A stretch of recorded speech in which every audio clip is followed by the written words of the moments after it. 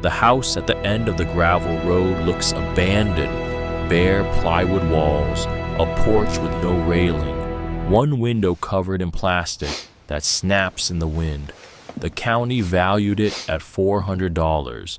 Her brothers laughed. Where were you when on they the evening of signed the deed 15th? over. We have But reason to move believe your previous closer, statement was past the incomplete. weeds, I was at home. past the rust I on already the told front you that. gate, up onto the porch boards that hold under your weight like a promise.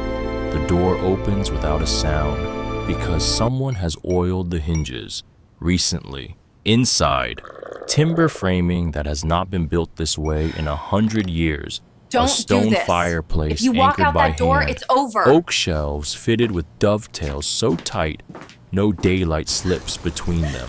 And on a desk upstairs, a leather journal, red cover, open to a single line of pencil. A house is not wood and nails. A house is a promise. Down a hidden staircase, a locked drawer, a folder thick enough to put a man in prison, and the girl standing in the dust, just beginning to understand what her father has left her. 11 months I fed my dying father with a spoon. My brothers came twice, then they took everything he owned and left me a piece of land worth $400. They laughed when they signed it over. They had no idea what was hidden inside. The soup was warm, not hot. Conrad couldn't swallow hot anymore. Linnea held the spoon at the angle her father had taught her years ago, for framing a corner, not for feeding a man. September, late light through the kitchen window, the same window that had watched her grow from a child on a stool into a girl who knew what a load-bearing wall sounded like when you tapped it. Except now her father was the thing that could not bear its own weight. He opened his mouth. She tipped the spoon. He swallowed, slow, like the swallow itself took planning. "Good," she said.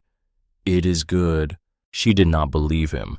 The soup was a can, plus water, plus salt, because she had not slept enough last night to make broth from bones, and because Conrad had stopped tasting things in July anyway. She fed him another spoonful. The clock on the wall ticked. The refrigerator hummed. Somewhere outside, a dog barked once and then stopped. "Tell me about a job," he said. She knew which jobs. She had been telling him stories from her own childhood for 3 weeks now. About the time he let her hold the chalk line. About the basement in the Mercer house, where the foundation was crooked, and he showed her how to read a crack in concrete the way a doctor reads an X-ray.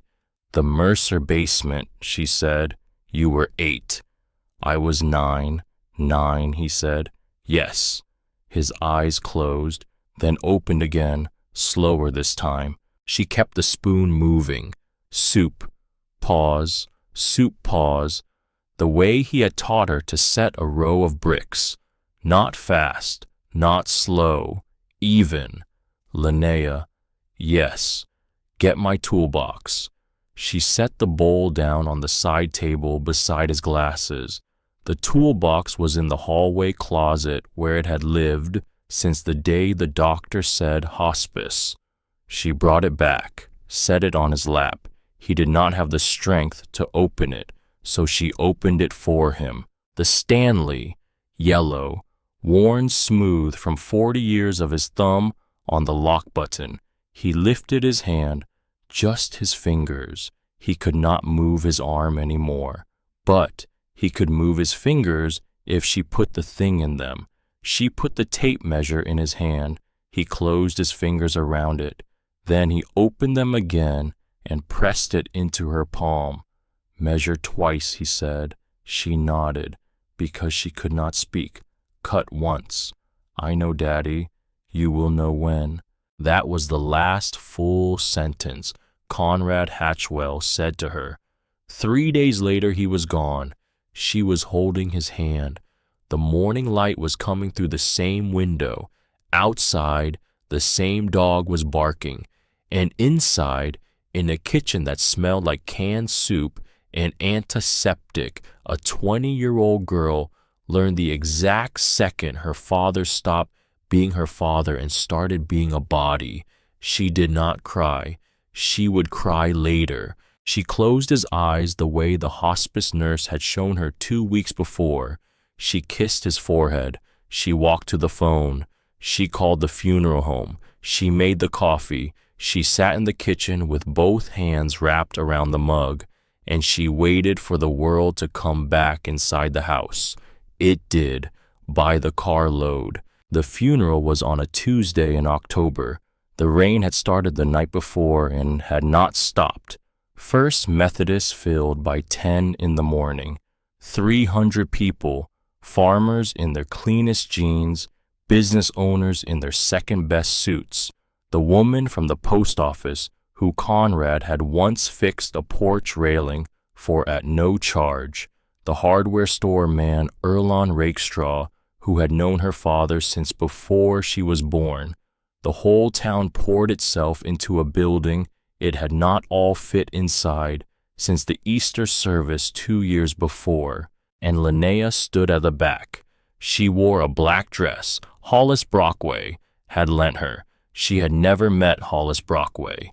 The dress had arrived by courier the day before, with a note.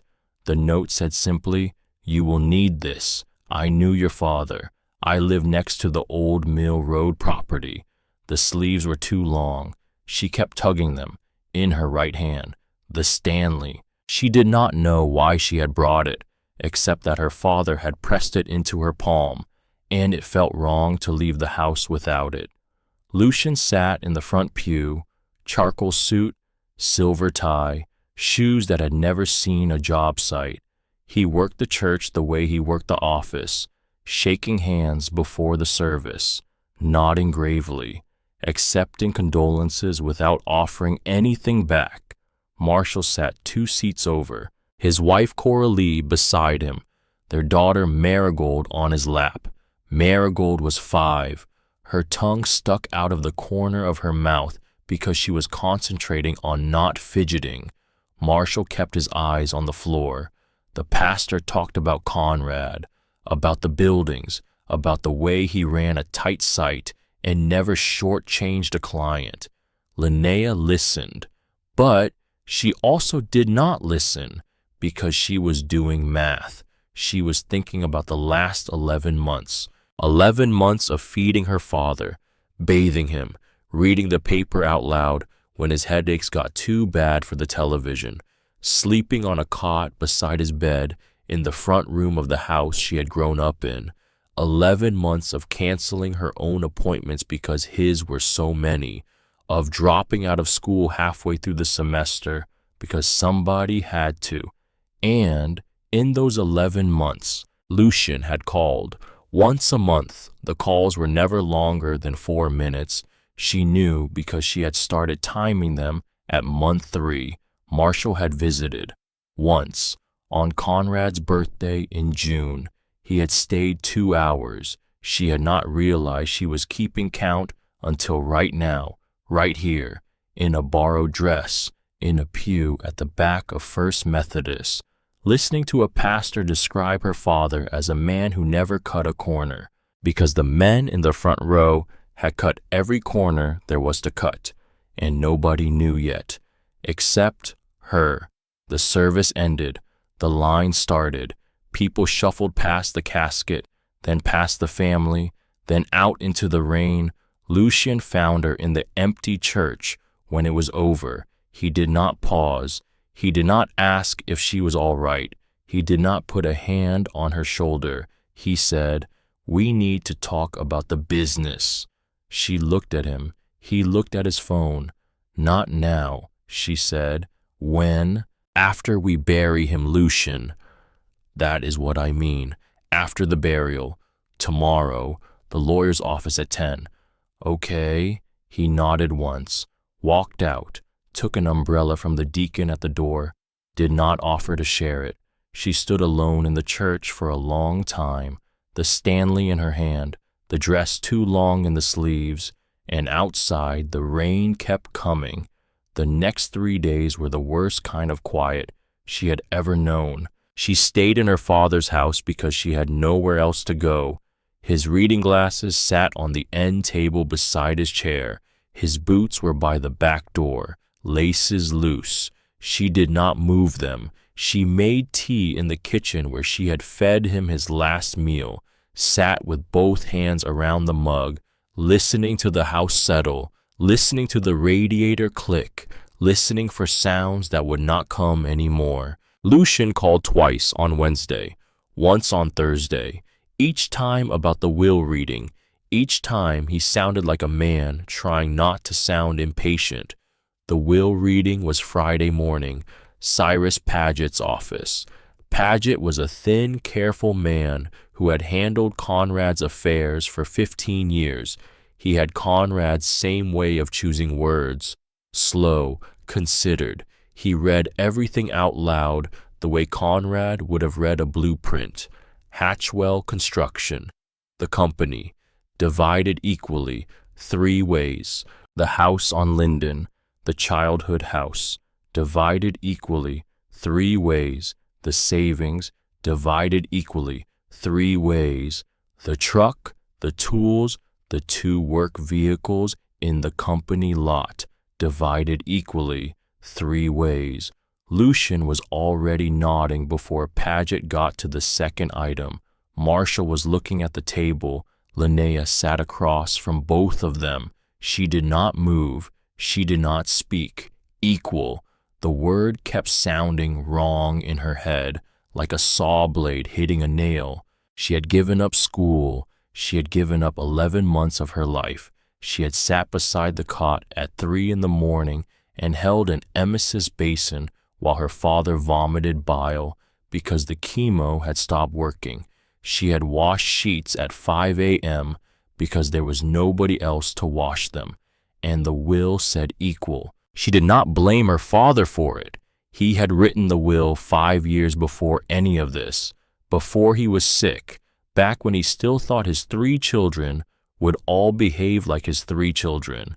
Paget kept reading. The property at Old Mill Road, parcel 1147, 3.2 acres, improved with a single-family residential structure, unfinished, is left solely to my daughter, Linnea Hatchwell. Lucian's head came up.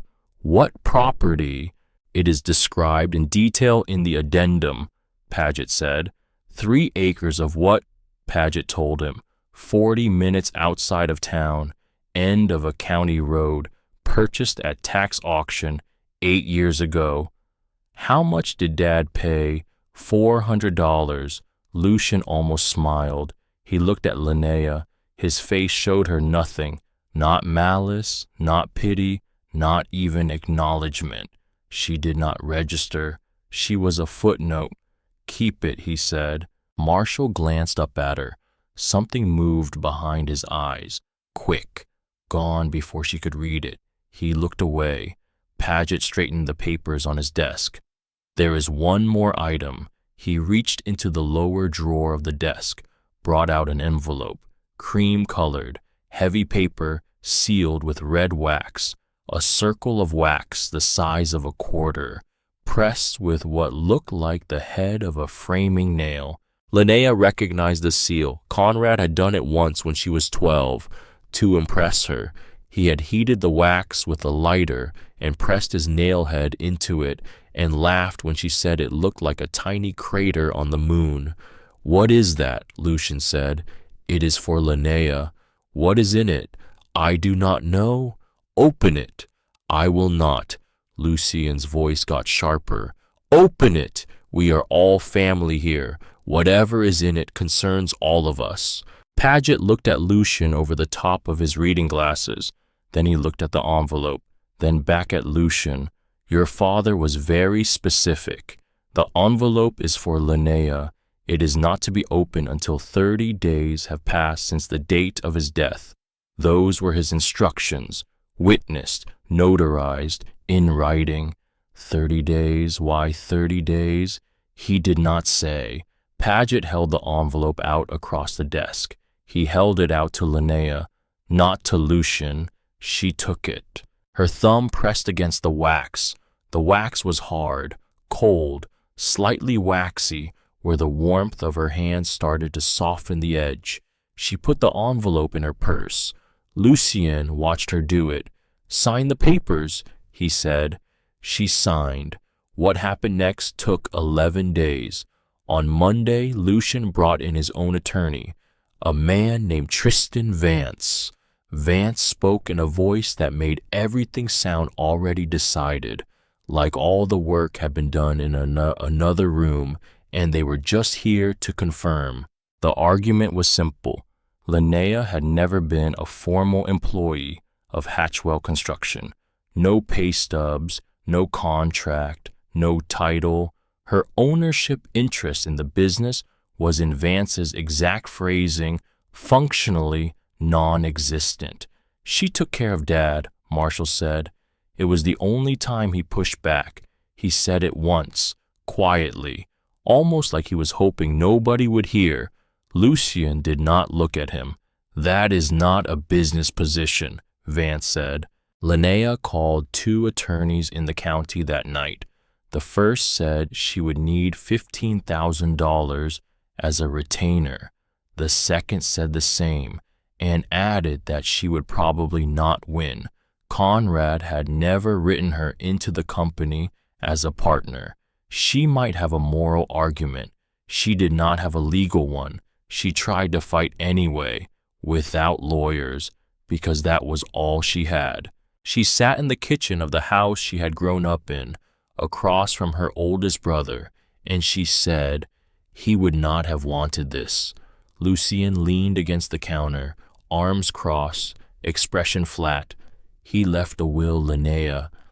He left it 5 years ago, before I gave up school, before I gave up everything. Nobody asked you to give up anything." She stopped. She actually stopped breathing for half a second because the sentence was so cleanly wrong, so precisely the opposite of true. "He needed me." "There are nurses, Linnea. There are facilities." He did not want a facility. That was his choice. It was not your debt to pay. She stared at him. She did not know what to say, because nothing she could say would land, because Lucien had decided what the truth was, and no version of the truth she could offer was going to change that. "You are 20 years old," he said. "You do not know how any of this works. Dad left you a piece of land. Be grateful." He walked out. Marshall called her that evening. She could hear Marigold in the background, singing some tuneless little song about a frog, the way only a 5-year-old can. "I know this is not right," he said. "Then say something." Silence on the line. "You could say no, Marshall. He has the lawyers, Linnea. I do not know what I can do." You could say no. That is what you could do. More silence. "I have a family," he said quietly. "I cannot go to war with my own brother." "Neither can I," she said. "That is the difference. You chose not to. I never had the choice." She hung up. He did not call back. She did not sleep that night. She sat in her father's chair in the front room, the reading glasses still on the end table, the blanket still draped over the armrest. She did not cry. She kept thinking she would, but the tears would not come. There was something else inside her where the tears should be, something that did not have a name yet. The phone rang at 10:04. She almost did not answer because it was probably Lucien calling to lecture her about being grateful again. But the screen said Coralie, Marshall's wife. Linnea had spoken to Coralie maybe 6 times in 5 years of marriage, polite at Thanksgiving, polite at birthdays, never anything past polite. She answered, "Linnea, Coralie, I am sorry to call so late." "It is fine." A pause. Linnea could hear the sound of a tap running in the background. Then it stopped. "I want to say something," Coralie said, "and I do not want you to interrupt, because if you interrupt, I will lose my nerve." "Okay, I am sorry. I cannot do anything, not because I do not want to, because I cannot. Marshall has decided what Marshall has decided, and I have a 5-year-old, and I have a mortgage, and I cannot. Do you understand? Yes. But I want you to know that I have not forgotten what you did for your father. None of us came. None of us. I did not even bring you a casserole. I did not even bring you a card. And I am ashamed of myself. Every single day I am ashamed of myself. Linnea did not answer. She could not. Her throat had closed. I am not asking you to forgive me, Coralie said. I am just asking you to remember that I said this. Will you remember? Yes. Thank you, Coralie. Yes. Good night. Good night, Linnea. The call lasted 90 seconds. Linnea did not cry on the phone. She cried in her car. Half an hour later, parked at a gas station 3 blocks from the house, forehead against the steering wheel, hands shaking on her knees, the first cry since the funeral. She drove home after. She did not feel better, but she felt less alone, which was almost the same thing. The childhood house sold in 9 days. Lucian priced it fast, below value, to move it quick. A young couple from out of state took it. They were expecting a baby. Linnea heard them through the realtor talking about the nursery, about the backyard, about what they called the character of the place. She stood across the street the morning the movers came. She watched strangers carry her father's furniture out the front door he had hung by hand 20 years ago. They would sand his floors. They would paint over the trim. He had carved that trim himself. He used to call those built-in shelves in the hallway his favorite thing in the house. She wanted to tell them to be careful with the shelves, to be careful with the door frame in the master bedroom, because he had spent a full Saturday plumbing it perfectly when she was 8 and would never forgive a careless drill. She did not say anything. She got in her car and she drove. She did not know where she was driving, except she did. She just had not admitted it to herself yet. The business was restructured under Lucian's name within 2 weeks. He kept some of the heavy equipment, sold the rest. Contracts transferred. Conrad's 3 longtime workers were let go, men who had spent their careers learning the trade alongside her father, who knew how he liked a corner finished and a joist set. Lucian let them go with a handshake and 2 weeks of pay. He brought in cheaper crews. The savings account was split between Lucian and Marshall, Linnea's share, which she was told came to just over $6,000 after legal fees, never arrived. Lucian said the costs ran higher than expected. It will come, he said. It did not come. By the end of October, Linnea Hatchwell had a car with 140,000 miles on it, a suitcase of clothes, $310 in her checking account, and a deed to a property she had never seen. She had no plan. Her mother was dead since she was 3. Her brothers had made it clear that whatever family they had once been, it had ended with Conrad. She was 20 years old, and she was entirely on her own. The deed sat on her dashboard. 3.2 acres, a structure listed as single-family residential, unfinished, $400. She drove out on a Thursday morning. The sky was overcast. The air was cool for late October.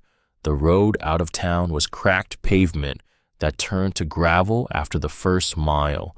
A few houses early on, set back behind fences, but they thinned fast.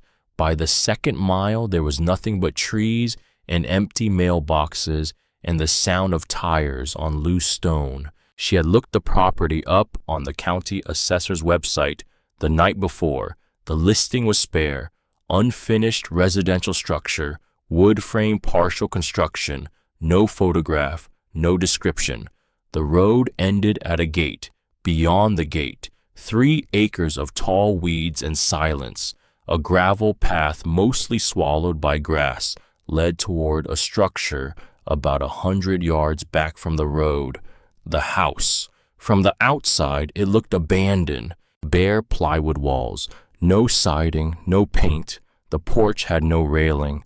One front window was covered with plastic that snapped in the wind. A small wooden ladder leaned against the south side. Rust on the rungs. $400. That was what the county thought this place was worth.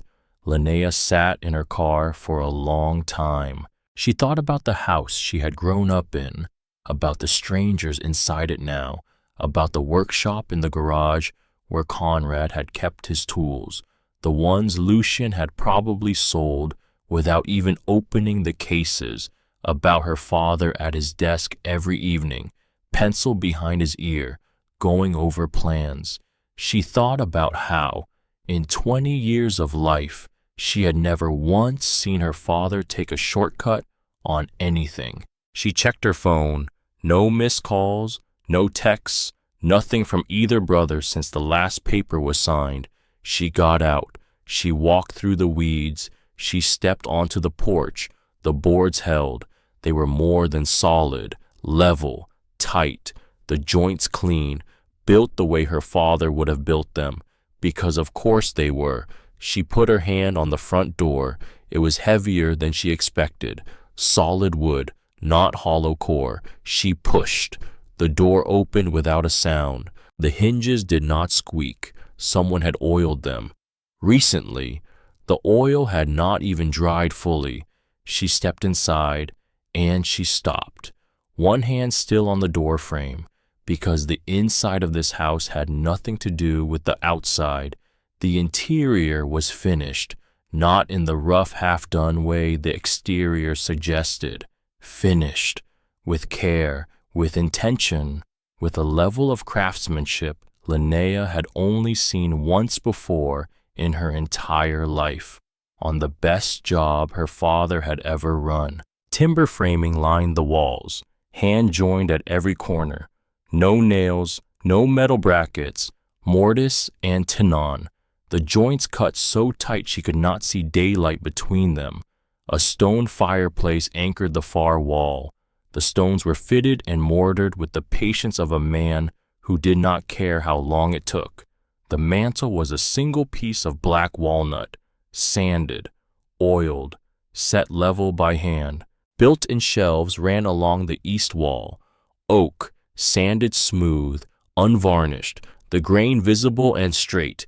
The shelves were not decorative, they were structural, fitted into the wall framing with dovetail joints, each one seated tight enough to hold weight without flexing.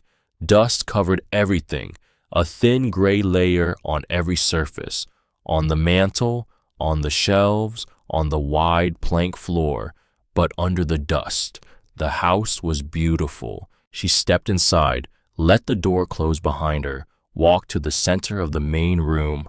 With one hand on her father's tape measure in her pocket, she looked at what he had done. Every joint was clean, every surface was level. The ceiling beams ran straight and parallel, the kind of precision that required more than a level and a square. It required hands that understood wood, that could feel when a board was true and when it was not. She walked through the room, running her fingers along the shelving. The wood was warm, oak that dense always was. She could feel the grain through her fingertips. The kitchen was at the back of the house, separated from the main room by a half wall with an open pass-through. The cabinets were hand-built. The countertop was a single slab of butcher block, sanded and oiled, the grain running the full length. No hardware on the cabinet doors. They hung on wooden hinges, carved to sit flush. Conrad had built this. Not his crew, not his workers, not a subcontractor. Conrad, alone, by hand, on a piece of land nobody in the family had known about, in a house the county valued at $400. A narrow staircase led up from the back of the main room. She climbed it. The treads did not creak.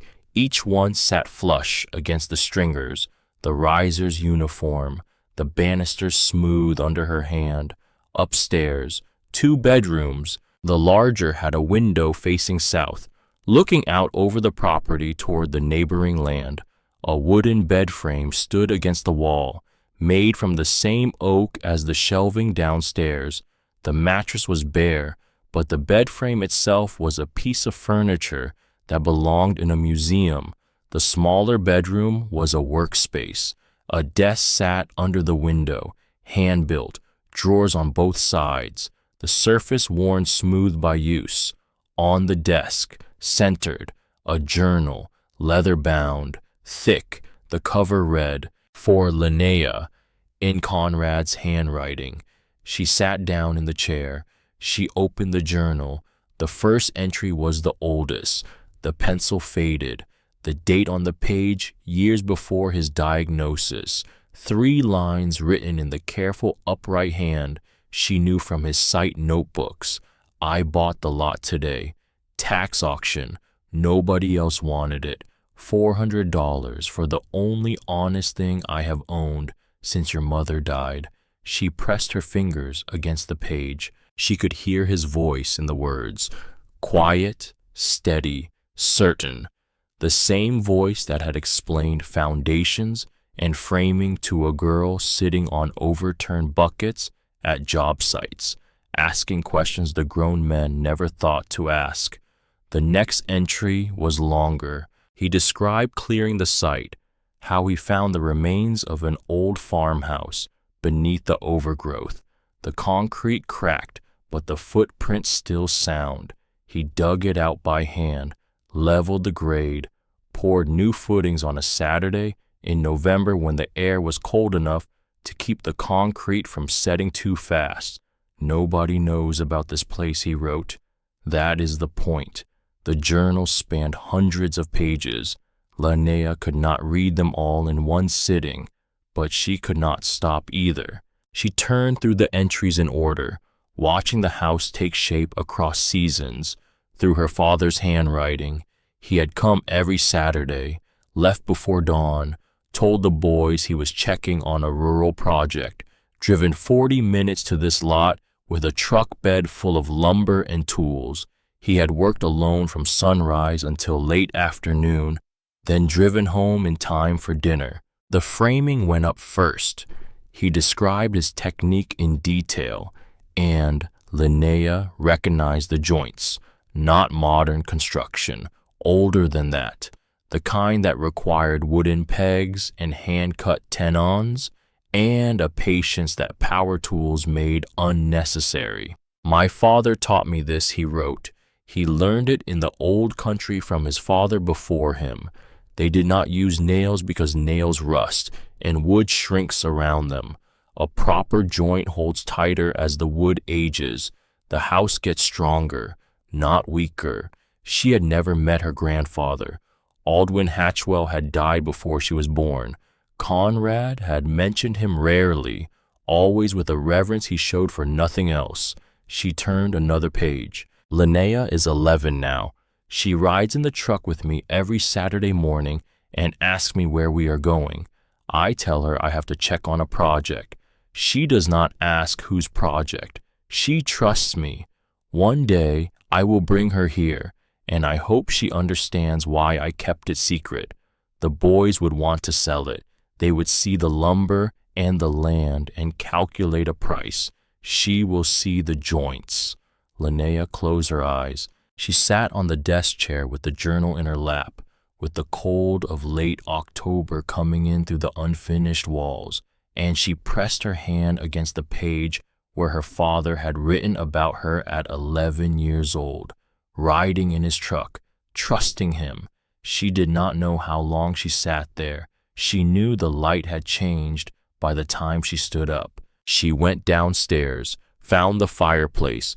A stack of split wood sat beside it, dry, seasoned, cut to uniform length by someone who knew how to season wood. She built a fire, paper at the bottom, kindling in a loose cone. two split logs on top with a gap between them for air. The match caught, the flames climbed, the room filled with a warm, shifting light that made the timber framing glow. She brought the journal downstairs, sat in front of the fire, kept reading by firelight. He wrote about winter, about wrapping the unfinished structure in tarps and working inside where the wind could not reach him, about the cold numbing his hands until his grip slipped on the chisel, about the satisfaction of fitting a joint by lantern light while sleet tapped against the plywood walls. He wrote about a storm that blew a tarp loose, soaked the upstairs framing. He dried each beam with rags and a portable heater over the course of 2 weekends, checking the moisture content with a meter before sealing the wall. A patient man never builds a rotten house, he wrote. She slept on the floor that night, wrapped in a blanket from her car, the fire low, the journal beside her, the house cold but the walls holding out the wind, the sound of the fire, and the silence beyond it, settling around her until she fell asleep. She woke to the smell of chimney smoke. Not inside, outside. A knock on the front door. She sat up, disoriented. The fire had burned down to embers. Pale morning light was coming through the kitchen window. Another knock. She got up, wrapped the blanket around her shoulders, walked to the door, opened it. An old woman stood on the porch, coat buttoned to her chin, a canvas bag hanging from her arm, short white hair, clear eyes behind thin glasses. The woman studied Linnea's face, then her expression changed. The concern softened into something else, something that went deeper than seeing a stranger. Recognition, not just recognition of resemblance, recognition of a continuation. You are his daughter. Yes. Hollis Brockway. I live on the next property. Linnea stared at her. You sent me the dress, she said. I sent you the dress. How did you know what size I wore? I asked the woman at the post office. She knows everyone's size, including yours. They stood there. The morning was cold and bright. The trees along the property line were bare. The sky above them was the hard blue of late October. Hollis adjusted the canvas bag on her arm. I saw the smoke last night. Nobody has been here since Conrad.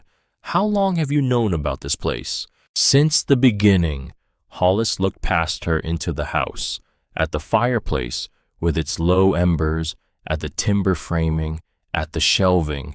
Your father built houses for other people his whole life, she said. This was the only one he ever built for himself. Linnea did not know what to say. Hollis was already moving past her into the kitchen, setting the canvas bag on the counter, pulling out things, bread, eggs, a jar of homemade jam, a thermos of coffee. She looked at the kitchen with the appraising eye of someone who understood practical things. No electricity. No running water. The pipes are in. Nothing is connected yet. The well on this lot is good, Hollis said. Deep enough for year-round. Your father had it tested. He drilled it himself the second year. She unscrewed the thermos, poured 2 cups, pushed one across the counter to Linnea. They drank coffee standing in the kitchen. Hollis talked. Not in a hurry, not filling silence, just talking. The way people who have lived alone a long time talk when they finally have someone to talk to. She told Linnea about the property, about the well Conrad had drilled in the second season, about the septic he had installed himself because hiring someone would have meant someone else knowing.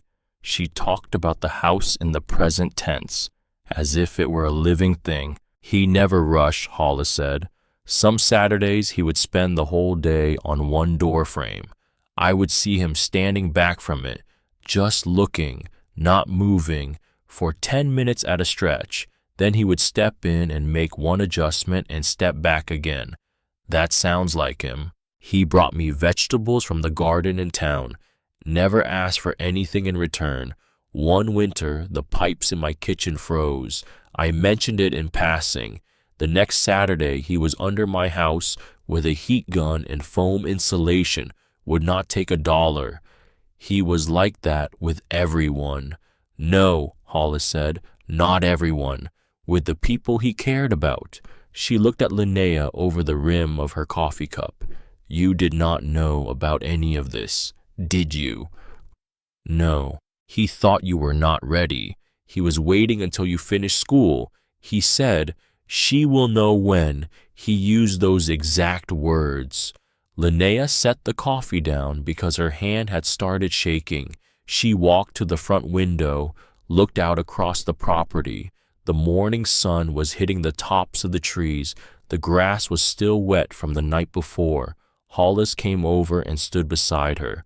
I want you to know something, Hollis said, and I do not say things like this lightly, so you listen to me. Are you listening? Yes. You are not alone here. You think you are. You are not. Linnea did not turn her head. She could not, because if she turned her head and looked at this small, white-haired woman with the clear eyes and the canvas bag of food, then she was going to break in a way she could not afford to break yet. So she kept looking at the trees, and she said, Thank you. Hollis put a hand on her shoulder, briefly, like a punctuation mark, then took it away. I am going home now, she said. I will come back this afternoon. We will eat. You will tell me what you need. I will know who to call to get the power turned on. And you will sleep in a bed tonight instead of on the floor. Hollis. Yes. How did you know I slept on the floor? Because there is no mattress in the upstairs bedroom yet. I check from the road sometimes. She picked up her thermos, walked to the door. She paused at the threshold, looked back, the morning light catching the side of her face. He said one more thing, Hollis said, about you. The last Saturday he was strong enough to be here. He said she is going to find something I left for her, in an envelope, sealed with wax. She is not to open it for 30 days. You make sure she knows that. Linnea felt the envelope, in her purse, on the kitchen counter, even from across the room. He said, Tell her the first 29 days are the hardest. After that, she will be all right. Hollis opened the door. The cold came in. Today is day 11, child. She stepped out onto the porch. The door closed behind her, and Linnea stood at the window, watching an old woman she had never met until this morning walk down a gravel path toward a property next to her own, with a canvas bag on her arm and a sky like polished glass above her. She put her hand against the cold pane. The Stanley pressed against her thigh from the back pocket of her jeans. 18 days to go. The basement door was under the staircase. Linnea had not noticed it the night before, because the night before she had been reading a dead man's handwriting by firelight and crying without crying, and she had not had eyes for doors. But the morning was different. The morning had Hollis Brockway in it, and coffee, and bread, and a thermos, and the small certainty of an old woman who had said, You are not alone here. So Linnea ate the bread, drank the coffee, looked around the house in daylight for the first time, and found the door. It was narrow, recessed into the paneling, almost hidden, a wooden knob, hand-carved, the size of a walnut. She turned it. The door opened onto a set of concrete steps. Going down, she stood at the top, looking into the dark. There would be a light. Of course there would be a light. Conrad had set up the property to be inhabited eventually. There had to be a switch somewhere. She felt along the wall. There, a switch, old style, brass. She flipped it. Nothing. Right. No electricity yet. She went back to the kitchen, got the flashlight from her car, came back, turned it on. She went down. The basement was smaller than the rooms above, low-ceilinged, lit by two narrow windows set at ground level. Pale October light came through them, filtered through grass and dust. It was the most carefully organized space Linnea had ever seen in her life. Tools lined the walls, not power tools, hand tools, planes, chisels, marking gauges, dovetail saws, wooden mallets, squares and bevels and sliding T-rules. Each one hung from a dedicated peg, each one cleaned and oiled, each one stamped on the handle with two initials, A. H. Aldwin Hatchwell, her grandfather, the tool she had never seen in her life because her grandfather had died before she was born, and her father had never brought these out, not once, not at the workshop in town, not in the garage at the childhood house. She lifted a smoothing plane from its peg, turned it in her hands. It was heavy, balanced, the sole flat and true. She ran her thumb across the blade. The blade caught against her skin, sharp enough to shave, a tool her grandfather had held, maintained, sharpened, by a man she had never met, in a country she had never seen, and her father had kept it, sharp, for 60 years. She set the plane back on its peg, carefully, the way Conrad would have. A workbench ran along the far wall, smaller than the one she had glimpsed upstairs. On it, a stack of notebooks. She opened the first one, her father's handwriting. Different from the journal, different in purpose. These were not entries. These were technique manuals, drawings of joints, annotated with dimensions, notes on grain direction and glue type, cross sections of wall framing showing how traditional construction handled load differently than modern building, diagrams of staircases and mantels and window casements, each drawn with the draftsmanship of a man who had learned to build before software replaced pencil and paper. She turned the pages, slowly, because she was beginning to understand Conrad had not just built a house here. He had built a record, a curriculum almost, a course in building by hand, written for someone who would come after him, who would want to learn, written for her. She sat on the workshop floor with the notebooks around her, the flashlight propped against a sawhorse pointing at the ceiling so the room glowed indirectly. The concrete was cold under her. She read the first notebook cover to cover, then the second, then the third. Then she sat very still, and she said, out loud, to the empty workshop, to her grandfather's tools, to the air, she said, Daddy, just the one word, nothing else. The afternoon light came back through the narrow basement windows and shifted across the floor. Hollis came back at 4. She had a casserole dish balanced on one hand and a small bag in the other. She walked in without knocking, set the dish on the counter, opened the oven, saw there was no power, set the dish on the stovetop instead. We will eat it cold. What is it? Chicken and noodles, my mother's recipe. Yours now too if you want. Linnea wanted to cry again. She did not. She set out 2 plates. Hollis pulled a candle out of her bag, lit it, put it between them. They ate. Hollis talked about the power company, the woman who scheduled appointments, the number to call, the deposit Linnea would need, about $180. Hollis said it like it was nothing, like everyone had $180 sitting in a checking account. Linnea did not have $180 sitting in a checking account. She had $310 total for the whole month. She did not say this. Hollis kept talking. Erlon Rakestraw is going to want to see you, she said. Who? The man at the hardware store. On Main, he has known your father since before you were born. He told me to tell you to come by when you were ready. Not before, but not later than next week. What does he want? Hollis chewed a noodle, swallowed, looked at Linnea over the candle.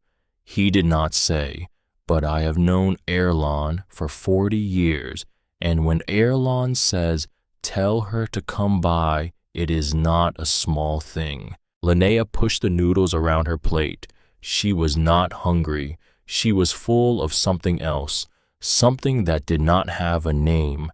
Sitting in the basement workshop all day had filled her with it.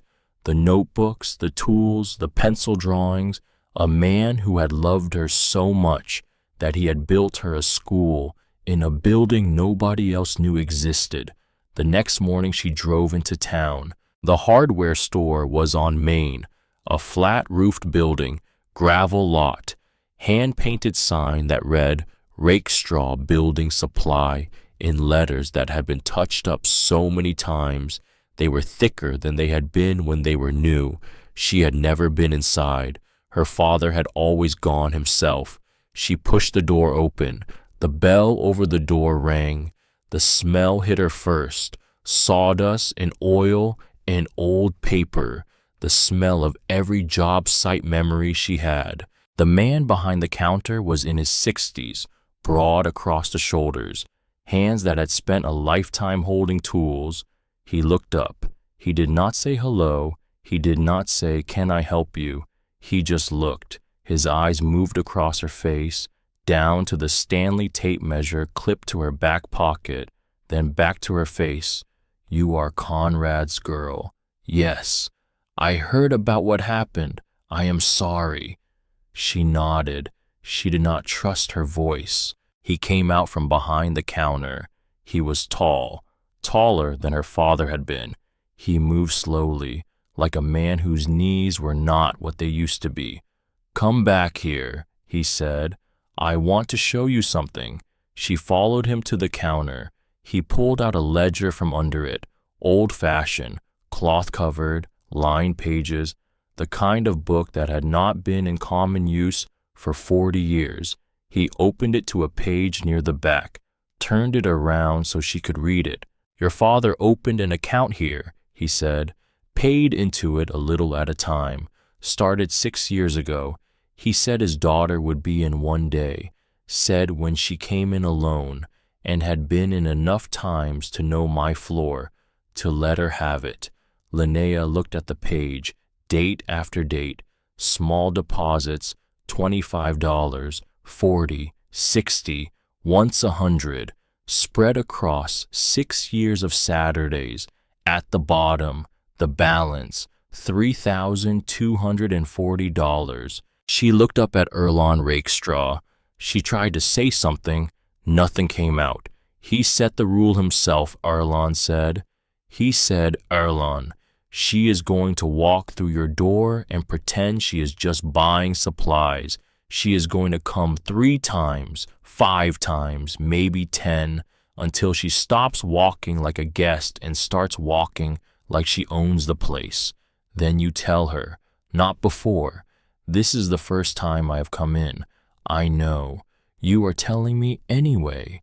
I am telling you anyway, because he is gone, and the rule was for him, and he is not here to enforce it, and I think he would forgive me for breaking it once, for you. She put both hands on the counter, because she needed to put her hands on something. Erlon turned the ledger back around, wrote a note in the bottom margin, date, time, notified, signed his name. You will need supplies, he said, for that house, for your hands, for the winter. You come in, you take what you need, I subtract it. We do this until the money runs out, then we do it some other way. Do you understand? Yes. Say it back to me. I will come in. I will take what I need. You will subtract it. Good. Now go home. Come back next week with a list. Do not say thank you. He would not have wanted that. He would have said you were thanking the wrong person. She did not say thank you. She walked to her car. She sat in the driver's seat. She gripped the steering wheel until her knuckles went white.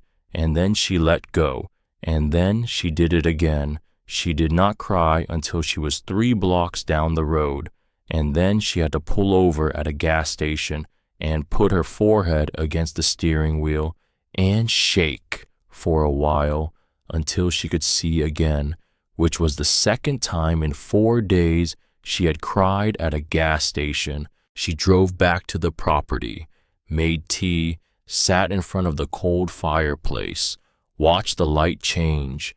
She had not been able to read more of the journal since the workshop discovery, because the journal had become almost too much. But that night she made herself read another entry. Conrad was writing about Lucian. Lucian changed the lumber supplier last month.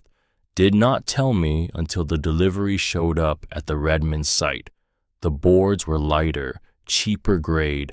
I pulled 3 from the stack and checked the moisture content. Too high, the grain was loose. I could see the pith in 2 of them. I told Lucian. He said the old supplier was overcharging. The handwriting tightened. She could see the pencil pressed harder into the page. I asked him when price became more important than the product. He looked at me and said, "Nobody cares about quality, Dad. They care about price." The next page. I have been building for more than 30 years. I have never once delivered a wall I would not lean my own weight against. I have never poured a foundation I would not stand on in a storm. Lucian does not understand what that means. He sees the business as a spreadsheet, inputs and outputs. He does not see that a house is someone's life. Their children sleep under the roof you frame. Their family grows old inside the walls you raise. She turned another page. The work you do today has to be standing when you are gone, and standing right. She closed the journal. She sat with it on her lap, watching the embers of the fire shift and resettle, and she thought about her brother, the brother she had grown up with, the one who had taught her how to ride a bike when she was 6, the one who had been kind to her once, a long time ago, before he started wearing ties. She did not know when the kindness had ended, or maybe it had never been there. Maybe she had just wanted to remember it that way. The knock came on a Wednesday morning. She was in the workshop, sharpening a chisel, following the diagram in one of Conrad's notebooks, the one labeled Sharpening Step 1, pressing the bevel against an oil stone at 25 degrees and pulling it back and forth in a steady rhythm. The knock came from upstairs. 3 quick raps. Pause. 1 more. A pattern. She set the chisel down, climbed the stairs, crossed the front room, opened the door. A young man stood on the porch, mid-20s, maybe 26, lean, long arms, a canvas jacket, work pants, boots that had seen real use, a toolbox in his right hand, not new, old, inherited probably, or bought used many years ago. He had brown hair, brown eyes, a face she had never seen. He looked at her. He did not look like a stranger. He looked like a stranger who already knew her. "I am sorry," he said. "For what?" I did not know he had passed. Her stomach dropped. "Who are you?" He set the toolbox down, slowly, like he did not want her to think he was making a sudden movement. "My name is Ezekiel Pomfret. I worked with your father, not for the company, not officially. He was teaching me." She stared at him. "Teaching you what?" "Everything." She did not say anything. He did not push. He waited. The wind moved through the dry weeds at the edge of the porch. A crow called somewhere over the tree line. The morning was cold. He was not wearing gloves. His hands looked like hands that had spent a lot of time outdoors. She said, "How long?" 4 years. 4 years. Yes. Why did I never know? He did not want anyone to know. He said, not the boys, not anyone in town, not even you, not until. Not until what? Not until he was gone. He said you would understand when the time came. She stepped back from the door. She did not invite him in. She also did not close the door. He stayed on the porch. He picked his toolbox back up. I can leave, he said. If you want. I came because I heard, last week, from a man at the lumber yard. I drove out twice and turned around at the gate both times because I did not know what I was supposed to do, and today I decided I had to at least say it, so I said it. Say what? That I am sorry, and that whatever you need, I am here. If you do not want me, I leave, right now. I never come back. That is also fine, he used to say. Linnea makes her own decisions. Do not try to make them for her. He looked at the ground. Those were his words. Linnea felt the porch boards under her feet, the same boards her father had built, level and tight, the same boards that had held her weight the first time she stepped onto them 10 days ago. She thought about a man who had lied to his sons for 10 years about where he went on Saturdays, and who had taken on this young man quietly, patiently, Saturday after Saturday, because his sons would not learn what he had to teach, because they would not even pick up a hammer. She thought about how alone her father must have been, and how he had refused to stay alone. He had made a son where his sons would not be.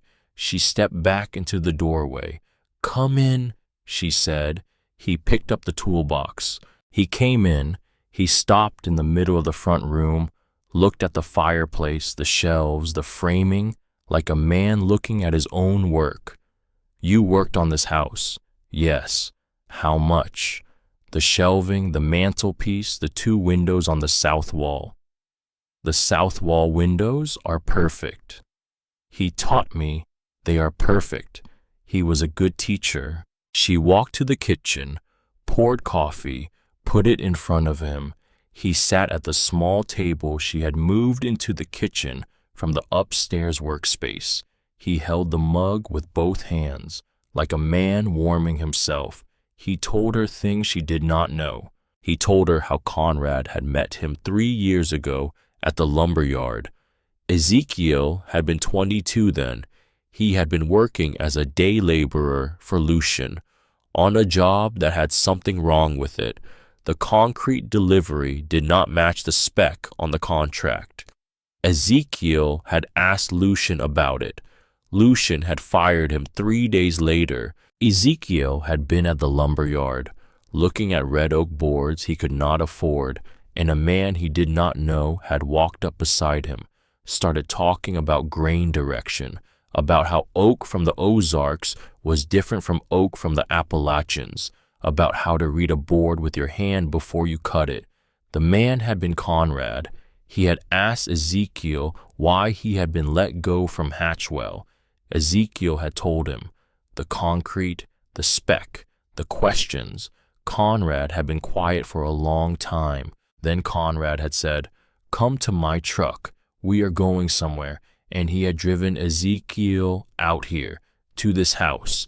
And he had said, "I am going to teach you once a week, on a day none of my sons know about. If you tell anyone, I stop. Do you understand?" Ezekiel had understood. 4 years, every Saturday, until Conrad had gotten sick, then once every 2 weeks, until once a month, then not at all. The last time Ezekiel had seen him was 8 months ago. Conrad had been in the upstairs workspace, sitting at the desk, too weak to stand at the bench. He had pressed a key into Ezekiel's hand, a small brass key, on a leather cord. Ezekiel pulled it out of his pocket now, set it on the kitchen table between them. He told me, if anything happens to me, Linnea will come to the house. She will sit in the basement workshop. She will find the locked drawer in the small desk down there. Give her the key. Then tell her this. Tell her your father knew you would do the right thing with whatever you find. He just could not do it himself. She looked at the key. She did not pick it up. She said, "What is in the drawer?" "I do not know. He never said. He never opened it in front of me." "You never looked." "It was not mine to look at." Of course, because Conrad had trusted him. And of course, Ezekiel had honored the trust because he was his father's student. She took the key. She did not go down to the basement right away.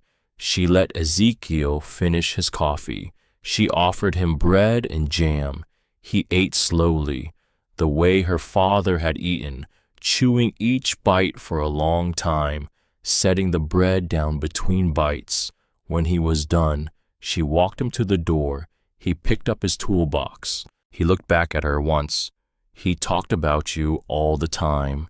He did. "All the time," he said. "Linnea sees the joints. The boys see the price tag. She is the one. She just does not know it yet." She closed the door. She stood with her back against it. She held the brass key in her right hand and the doorknob in her left. She did not move for a long time. Then she walked to the basement door, opened it, went down the steps. She went to the small desk in the corner. She had noticed the drawer the day before. She had assumed it held supplies, papers, receipts, maybe sandpaper. She had not tried to open it. Now she sat down on the floor in front of it, the way she had as a child, when her father had let her sort through his toolbox to teach her the names of things. She slid the key into the lock. The lock was small, brass, older than she was. She turned the key. It clicked. She pulled the drawer open. Inside, a manila folder, thick, almost 2 inches. The tab labeled in Conrad's handwriting, "Hatchwell Construction," underlined twice. She lifted it out, set it on the workbench above her, pulled herself up to a standing position, opened the folder. The first page, a photograph, a concrete pour on a job site, annotated in pencil, 2 columns of numbers along the right margin, contract specifications on the left, actual materials delivered on the right. They did not match. She turned the page. Another photograph, another job site, another set of numbers, another gap between what was promised and what was delivered. She turned another page. Another. She kept turning.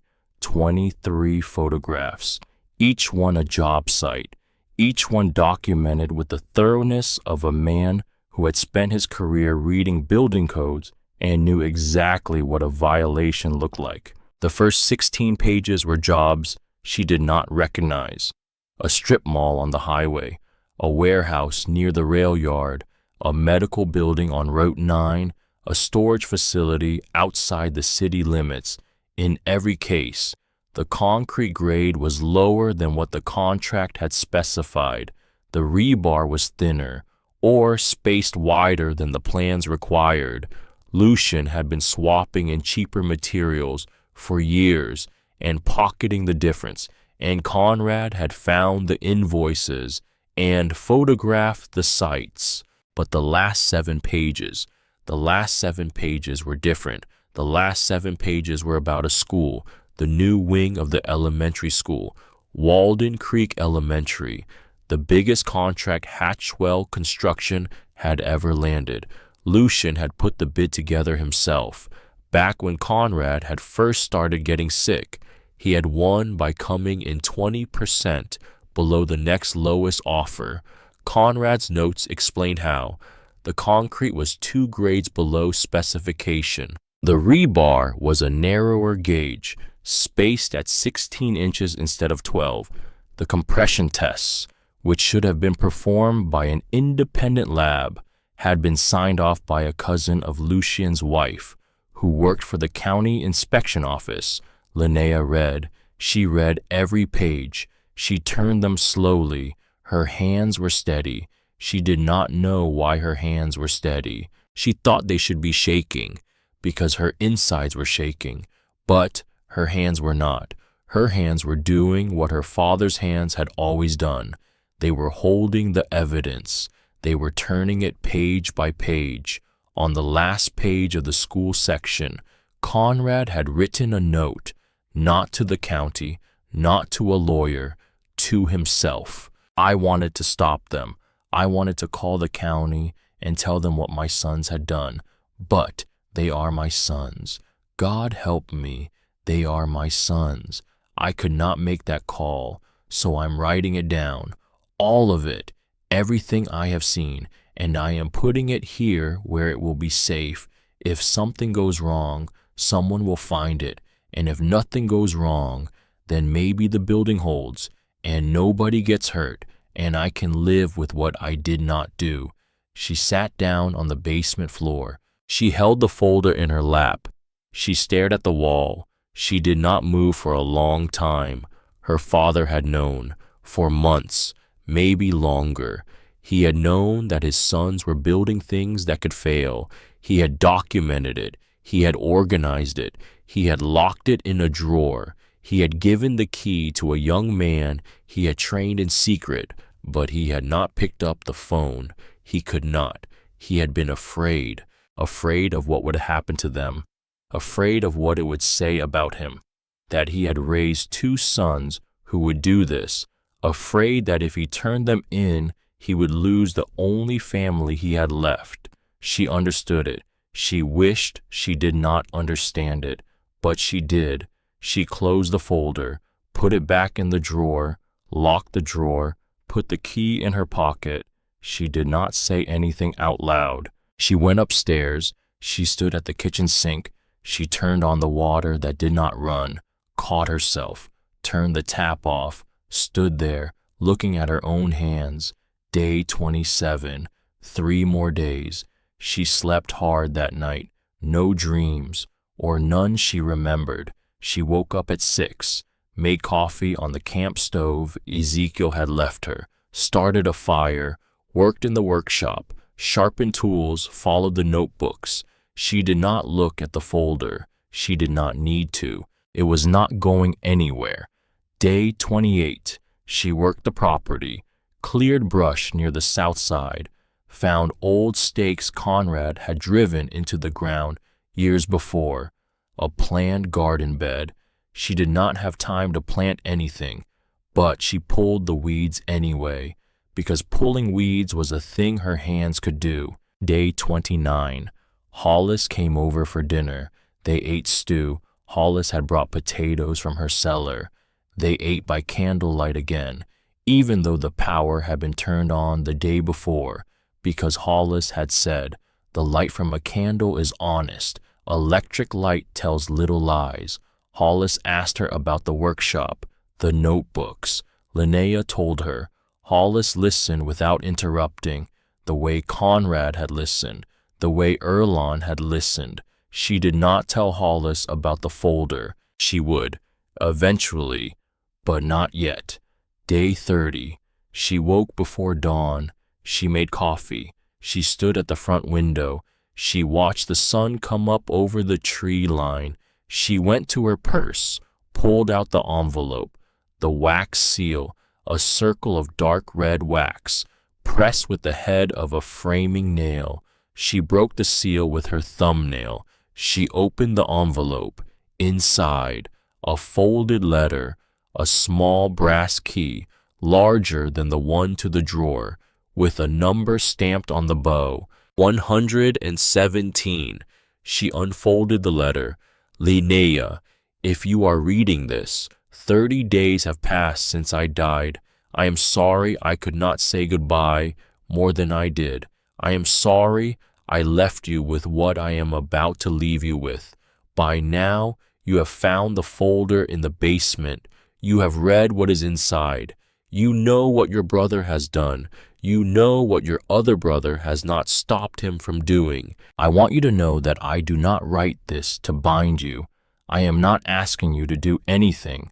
I am only asking you to know what I knew, to have what I had, because what I had I could not act on, and maybe you can, and maybe you cannot, and either choice is the right choice, because it is yours. The key in this envelope is for Box 117 at Mercer Savings, the bank where I have done business for 40 years. There is one more thing in that box. I did not put it in this envelope because I wanted you to come into the world a little before you saw it, to breathe air, to eat bread, to stand on a porch you own. Take your time. The box is not going anywhere, but it is yours when you are ready. And whatever you decide, I am proud of you. I have always been proud of you.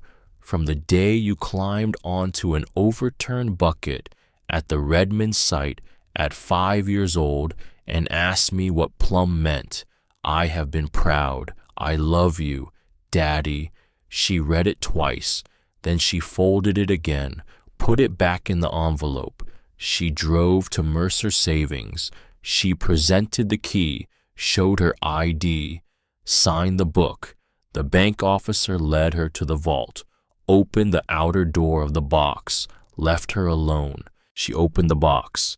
Inside, one folder, thinner than the one in the basement, maybe 10 pages. She lifted it out, sat down at the small table in the vault room, opened it. The first page was a document, 3 pages, legal language, stamped and notarized, dated 3 months before Conrad had died. A trust amendment. Conrad had moved 40% of his ownership stake in Hatchwell Construction into a trust. The beneficiary of the trust was Linnea Hatchwell. The trust would activate automatically if construction fraud was officially documented in any project completed under the Hatchwell Construction name within the previous 5 years. The trust had been registered with the Secretary of State. It had been filed quietly. Tristan Vance did not know it existed. Lucian did not know it existed. Marshall did not know it existed. The lawyer who had drafted it was a man in another county, a man Conrad had hired specifically for this purpose, whose name Linnea did not recognize. The second document was a letter from the lawyer confirming that the trust was valid, that the language was airtight, that if Linnea ever needed to exercise it, she should contact him at the number provided. The third document was simpler, a handwritten note from her father. I gave them their inheritance, Linnea, the same inheritance I gave you, 3 equal shares, as I always said I would, but I also gave myself something. I gave myself a way to be a good man, even after I was gone. The trust does not punish them for being who they are. The trust only activates if they have done what I am afraid they have done. If they have built fairly, the trust never opens. If they have not, then it is yours, and you decide what to do with it. I trust you to decide. She closed the folder. She put it back in the box. She put the box back in the wall. She walked out of the bank. She drove back to the property. She sat on the porch. She watched the afternoon light cross the gravel path. She did not cry. She had passed crying. She had arrived somewhere else. The radio was on Sunday night. She was in the kitchen heating soup. Hollis was coming over. The radio was an old one Hollis had brought, a wooden box with a single speaker. The local AM station had a weekend news roundup at 7. The voice was bored, reading items off a clipboard. A routine maintenance inspection at Walden Creek Elementary School has identified cracks in the south wing. The wing was completed less than 2 years ago by a local contractor. As a precaution, classes are being relocated to the gymnasium while a structural engineer assesses the situation. Officials say there is no immediate cause for alarm. She set the spoon down. She turned the radio off. She stood at the counter. She put both hands flat on the wood. She breathed in, out, until she could hear her own breath again, until the kitchen came back into focus. 230 children, 5 days a week, in a building that her brother had built wrong. She knew the cracks from her father's photographs. She had seen them coming before they had appeared. She did not eat dinner that night. She drank water. She went to bed. She did not sleep. She lay in the dark with her eyes open, and she thought about her father. She thought about him sitting in his desk chair at the childhood house, pencil behind his ear, going over plans, the way he had every evening of her entire life. She thought about him at job sites, the way he would lean against his truck after a long day and watch the sun set behind a wall he had finished framing that afternoon. She thought about him holding her mother's hand at the hospital when Linnea was 3. She had been told this story by Erlen Rakestraw once, about how Conrad had not left his wife's bedside for the entire 2 days she had been in intensive care. He had held her hand even after she stopped breathing. He had held it for another hour, just to make sure she was warm when she left. She thought about him in the workshop downstairs, holding Aldwin's plane in his own father's hand, teaching Ezekiel how to set a blade. She thought about him at the kitchen table the morning of her 16th birthday, sliding a small box across the table to her. Inside the box, a yellow Stanley tape measure. New. Now you have your own, he had said. She thought about him pressing the same tape measure back into her hand 40 days ago. You will know when. She thought about him. She thought about him. And at some point, past midnight, the thinking became something else, something quieter, something more certain. The cracks in that wall were not going to stop. She drove to the school the next morning. She did not bring the folder. She did not have to.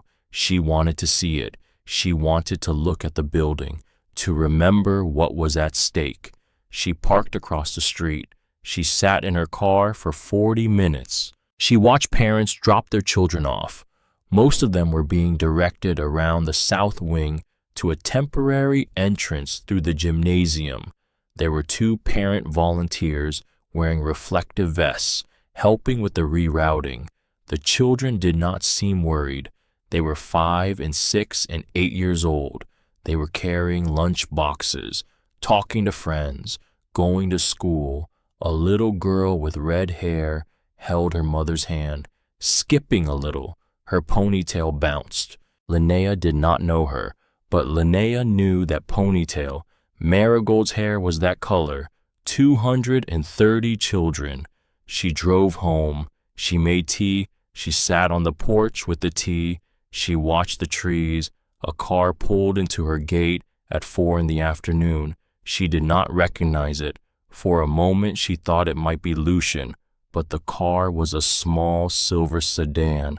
Not Lucian's car. A woman got out. Coralie. Coralie had not been to this property. Coralie did not even know this property existed until last week, when Linnea had mentioned it on the phone. In passing, she walked up the path. She had something in her hand. Linnea stood up from the porch chair. Coralie was small, 5'3", soft brown hair in a low ponytail, jeans, a gray sweater, no makeup. Her face was pale. She climbed the porch steps. She held out the thing in her hand, a USB drive, black, plain. Marigold sleeps in a room at Walden Creek, Coralie said. I have not slept in 3 days. I keep thinking about it. She sleeps in that building 5 days a week. I drove past the south wing yesterday. I saw the cracks with my own eyes, and I came home and I told Marshall, you will tell her, or I will leave. Linnea did not say anything. Coralie held out the USB. He gave me this last night. It is everything. 2 years of emails, receipts, vendor lists, spec changes. He has been saving it for 2 years because he knew. She pushed the USB into Linnea's hand. He is too scared to come himself. He is sitting in our kitchen right now. He cannot drive. he cannot breathe, but he wanted you to have it before. Whatever you do next, he wanted you to have it. Linnea closed her fingers around the drive. She stared at it. And I wanted you to know, Coralie said. To know what? That you are not alone in this. That is all I came to say. The drive is one thing, but I also came to say, you are not alone. She stepped back, turned, started down the porch steps. Linnea said, Coralie. She stopped. Stay for dinner. Coralie looked at her, her eyes filled. She nodded. She came back up the porch. Hollis was already in the kitchen when they walked in. She had let herself in 20 minutes before. She had a pot of stew on the camp stove, bread on the counter. Ezekiel arrived 20 minutes later. He had been in the workshop. He had taken to coming most evenings to finish trim that Conrad had not finished because it felt right, because it was something to do with his hands. The four of them sat at the kitchen table. Hollis served. The stew was hot. The bread was warm. Coralie did not eat much, but she ate some. Ezekiel ate slowly. Hollis ate steadily. Linnea ate without tasting. Hollis bowed her head before the first bite. Lord, we thank you for this food, for the hands that prepared it, for the hands that built this table, for the man who is not at this table tonight, but whose work holds the walls around us. Amen. Coralie was crying quietly into her napkin. Linnea reached across the table, took Coralie's hand. Hollis took Linnea's other hand. Ezekiel sat with his hands folded in his lap, looking at the three of them, not knowing what to do. Hollis reached over and took his hand too. They sat that way for a moment, 4 people holding hands, around a kitchen table in a house that should not have existed, in the middle of a property that had been valued at $400. The fire in the front room popped once, then settled. Outside the windows, the sky was going from blue to violet to black. The candles on the table flickered, and in the pocket of Linnea's jeans, the USB drive sat warm against her hip, with 2 years of her brother's silence on it, 2 years that her other brother was finally going to break. She did not know yet what she was going to do with it. She did not have to know yet. She only had to eat the stew and hold the hands of the people at this table and let the night come down around the house. Tomorrow she would drive to the county inspector's office. Tomorrow she would carry the folder and the trust amendment and the USB. Tomorrow she would do the thing her father had not been able to do. But tonight she would eat. Tonight she would sit in the warm kitchen of a house her father had built for her. Tonight she was not alone. The county building inspector's office was downtown, 2nd floor, behind a door that read, Department of Building and Safety. Linnea walked in carrying the folder under her arm, the trust amendment in a second folder, the USB drive in her front pocket, where she could feel it, where she had to keep checking it was still there. The woman at the front desk asked if she had an appointment. No. Then I am afraid you will need to call and schedule one. This is about Walden Creek Elementary School. The receptionist looked up from her keyboard. She looked at Linnea's face, then at the folder, then back at Linnea's face. She picked up the phone. She did not call to schedule. She called somebody.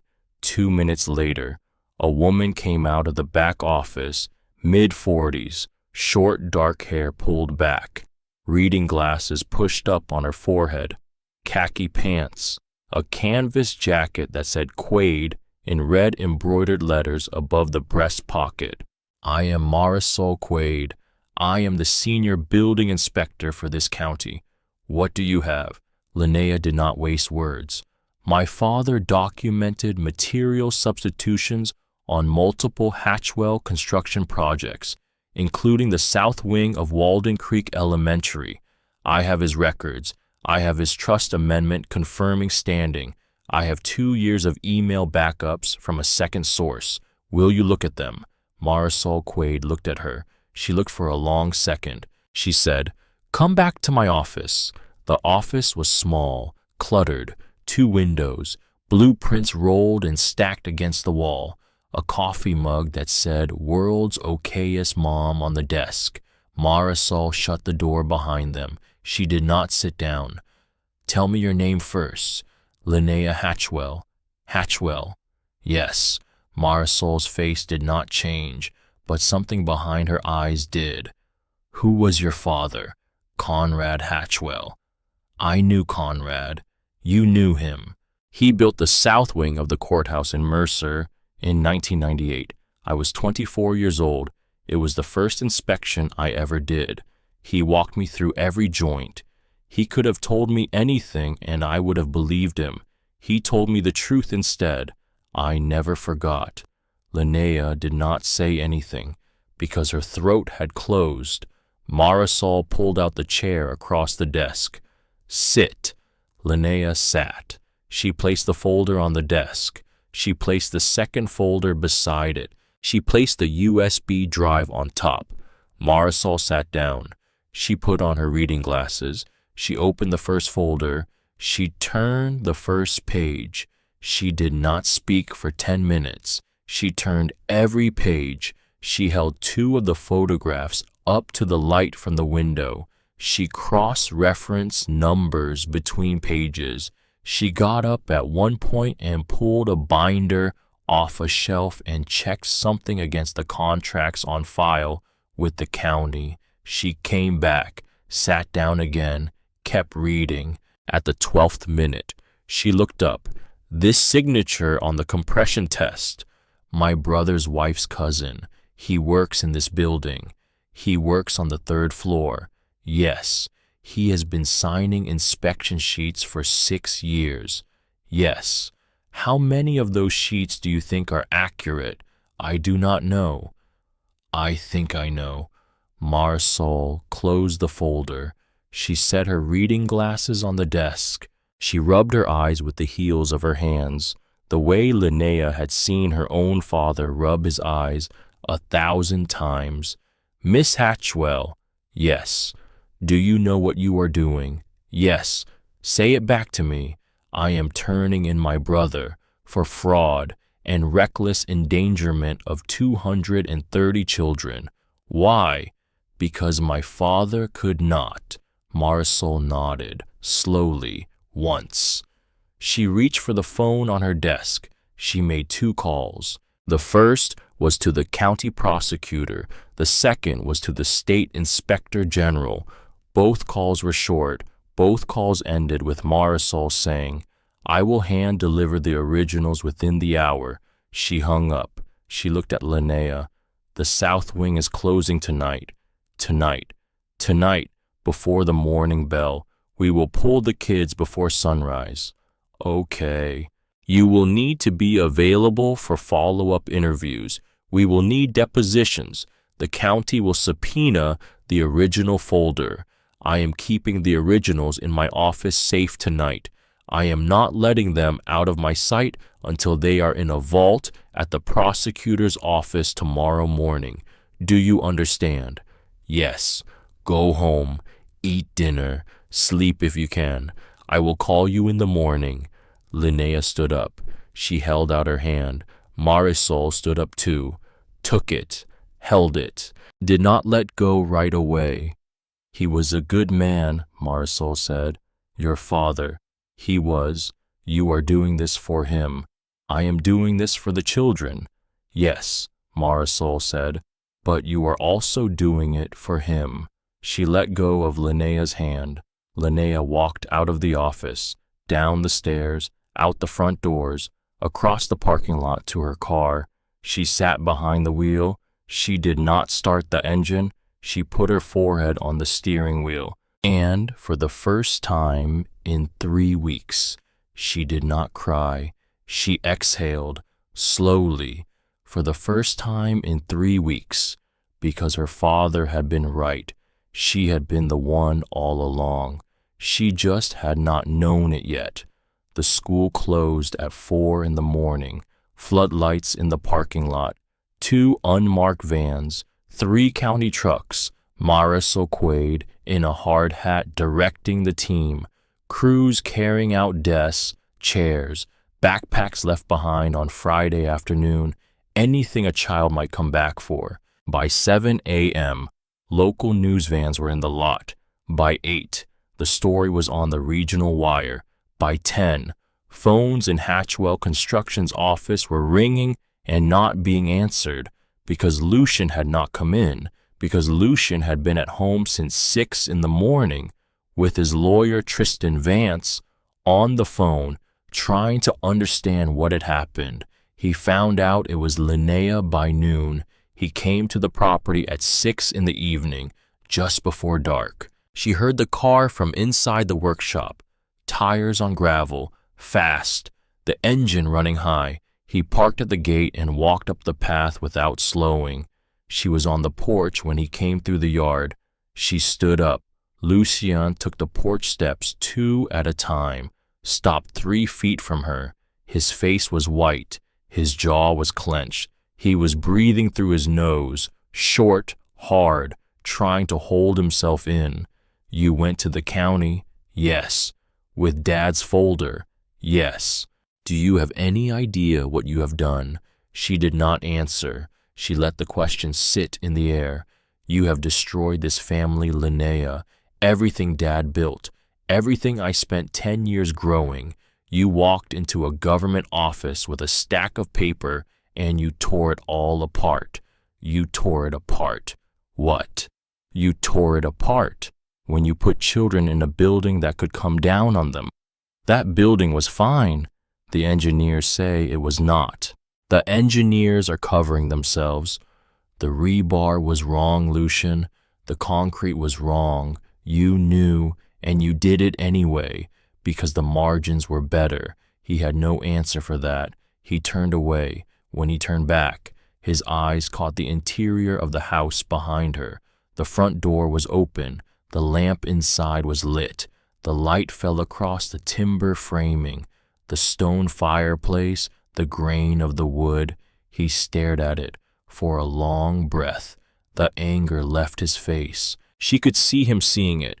For the first time, she could not tell what was underneath the anger, whether it was shame or grief or the recognition of something he had lost before he ever knew he had it. Dad built this. Yes. He took half a step forward. He looked at the framing, the joints, the shelves. How long did this take him? 10 years. 10 years. Yes. Every Saturday. Yes. Why did he never tell me? Because you would have asked what it was worth. The anger came back. It came back because it was easier than what was underneath. She watched him reach for it, the way a drowning man reaches for a board. He should have stopped me, Lucian said. If he knew about the concrete, if he documented it, why did he not just stop me? Because you are his son. That is not an answer. Because turning in his own children would have broken something in him that he could not afford to break. So he wrote it all down, and he left it for the one person he trusted to do what he could not. Lucien stood there, his mouth open, then closed. He looked at the door of the house one more time, then he turned, walked down the porch steps, across the yard, through the gate, got into his car, sat with the engine off for a full minute, staring through the windshield at nothing, then started the car and drove away. Linnea sat down on the porch step. She put her face in her hands. She did not cry. She had not cried in a week, but she put her face in her hands, and she breathed the way Conrad had breathed in the last weeks, slow, like the breath itself took planning. A truck pulled into the gate 20 minutes later, headlights moving carefully over the gravel. Hollis came up the path first, slow, the way an older woman walks in the dark, with her cane out and her chin up. Coralie came behind her, Marigold's hand in her own. Marshall came last. He stopped at the bottom of the porch steps, did not come up. He looked at his sister. "I came to say I am sorry," he said. "Marshall, I knew. I am not going to pretend I did not know. I knew the spec. I knew the concrete. I knew the rebar. I told Lucien 3 times to fix it, and he said the margins were safe, and I let him say that because saying yes was easier, and my daughter sleeps in that building 5 days a week." He did not climb the steps. He stood at the bottom, looking up. "I have hired a lawyer this afternoon. I am going to cooperate fully with the prosecutor, with the inspector, with anyone who asks me anything. I am going to tell them everything I know.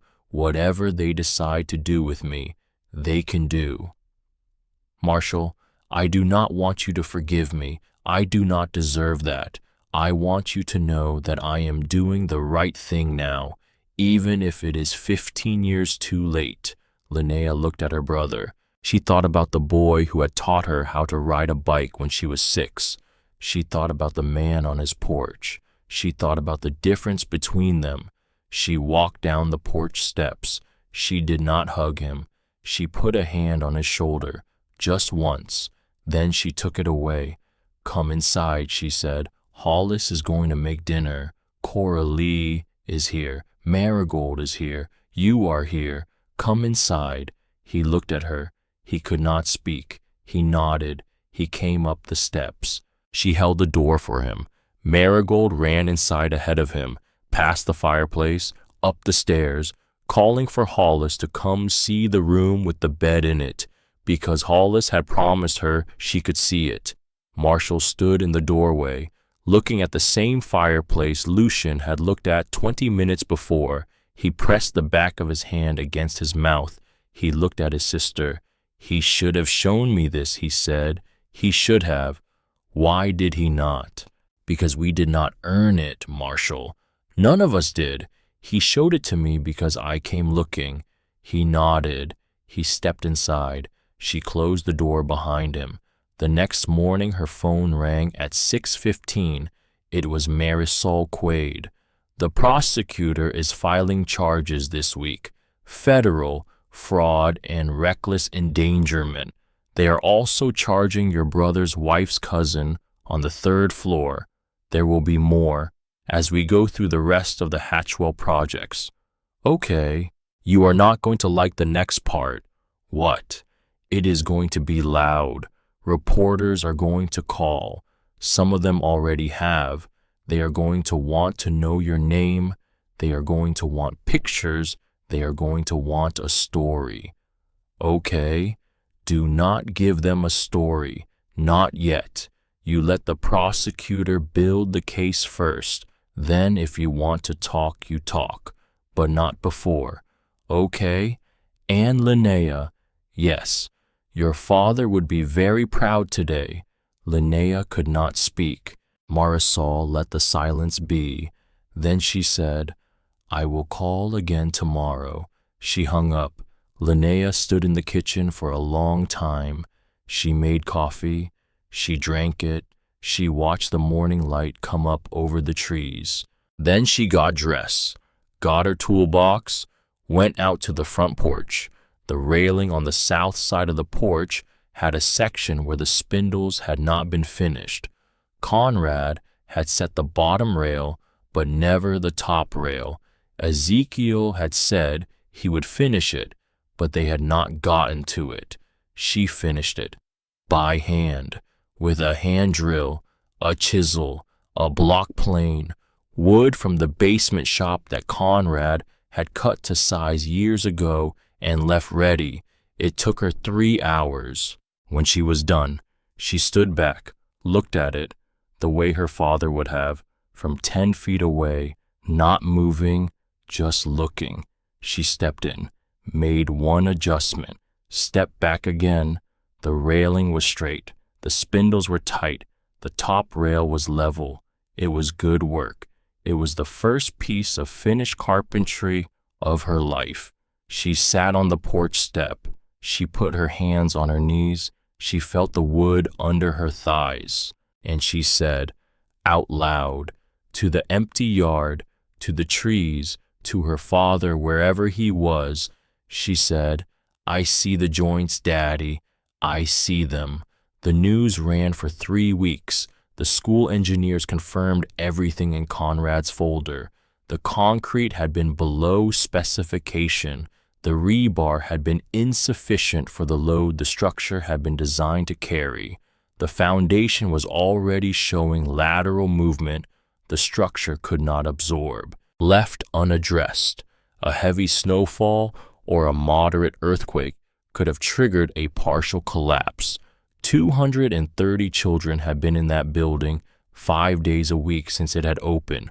The story made the local news on Friday, the regional news by Saturday. A national wire picked it up Sunday morning. 20-year-old daughter turns in her own brother after cracks appear in elementary school wall. Reporters called the property. Linnea did not pick up. Reporters drove out to the gate. Linnea did not come out. Ezekiel handled them. He stood at the gate, polite, quiet, said the same thing every time. She is not giving interviews at this time. The county prosecutor is the contact for questions about the investigation. He said it 40 times in 3 days. Hollis brought food. Cora Lee brought Marigold. Twice a week, sometimes 3 times. Marigold made drawings at the kitchen table while the adults talked quietly. Marshall came on Saturdays. He did not know what to do with himself. He had quit Hatchwell Construction on the morning of the 2nd day. Lucien had not paid him for the month. He did not press it. He worked alongside Linnea in the workshop. He was not good with his hands. He had never developed the skill. He could carry lumber. He could hold a level. He could sweep sawdust at the end of the day. He did all of these things without complaint, Saturday after Saturday. Hollis received a letter on a Tuesday. Linnea was on the porch when Hollis came through the gate holding an envelope. Her face was strange, not happy, not sad, an expression Linnea had never seen on her before. My son wrote to me. Hollis sat down on the porch step. She held the envelope in both hands. She did not open it. He saw the story on the news about the girl who turned in her own family. He wanted to write because he was thinking about his own mother. What does it say? I have not opened it yet. Do you want me to read it with you? I want you to sit here while I read it. Linnea sat. Hollis opened the envelope, pulled out a single sheet of paper, unfolded it. She read it. Her face did not change. Then it did. She closed her eyes for a moment, opened them again. She handed the letter to Linnea. Linnea read it. It was short. Mom, I saw the news. I have been a coward. I have been a coward since I was 24. I am 54 now. I do not know if you want to hear from me. I would understand if you do not, but I would like to come see you, just once, if you will let me. There is a girl in another county who has done what I should have done 30 years ago, and I cannot live another day knowing she is braver than I have ever been.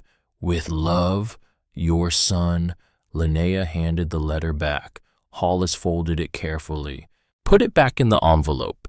She did not cry. She looked at Linnea. Her eyes were clear behind her glasses. I waited 30 years, she said. 30 years. To have a reason to forgive him. And you just gave me one. Without knowing, you just gave me one. Linnea put her arm around Hollis's shoulders. The two of them sat on the porch. The afternoon light moved across the gravel path. A crow called from the tree line. Hollis leaned her head against Linnea's shoulder for half a minute. Then she sat up, patted Linnea's knee, said, Make tea, child. We will write him back tonight. The trust amendment activated on the 22nd day after Linnea filed the report with the county. Tristan Vance found out the next morning. He sat in his office staring at the document for a long time because he had been Lucian's lawyer for 6 years, and he had not known that the original Hatchwell Construction Trust had an amendment, or that the amendment was binding, or that 40% of the company had just transferred to a 20-year-old woman with a yellow tape measure. 40%. Lucian had owned 40%. Marshall had owned 20%. The remaining 40 had been in Conrad's name, held in the trust, now transferred. Lucian's 40% had not transferred, but the controlling stake was no longer his. The controlling stake was Linnea's. She could not vote her brother out. The legal proceedings would take care of that. But she could vote herself in. She did. She did not move into the old Hatchwell construction office downtown. She closed it. The building had been Lucian's redesign. The name on the sign had been Lucian's name, not Conrad's. She let the landlord take it back. She brought what she could use to the property. The old frame photograph of Conrad and his crew from their first big job in 1987 was in a box in the back of the office. Lucian had stuffed it there when he had taken down the original sign. She brought it home and rehung it in the workshop. Above the bench, she rehung the original sign too. Cedar, hand-painted, Hatchwell Construction, established 1987. She hung it on the gate post at the end of the gravel path. She did not have an office. She did not have a phone line. She did not have a website. She did not have a marketing plan. What she had was a workshop, a truck, a toolbox.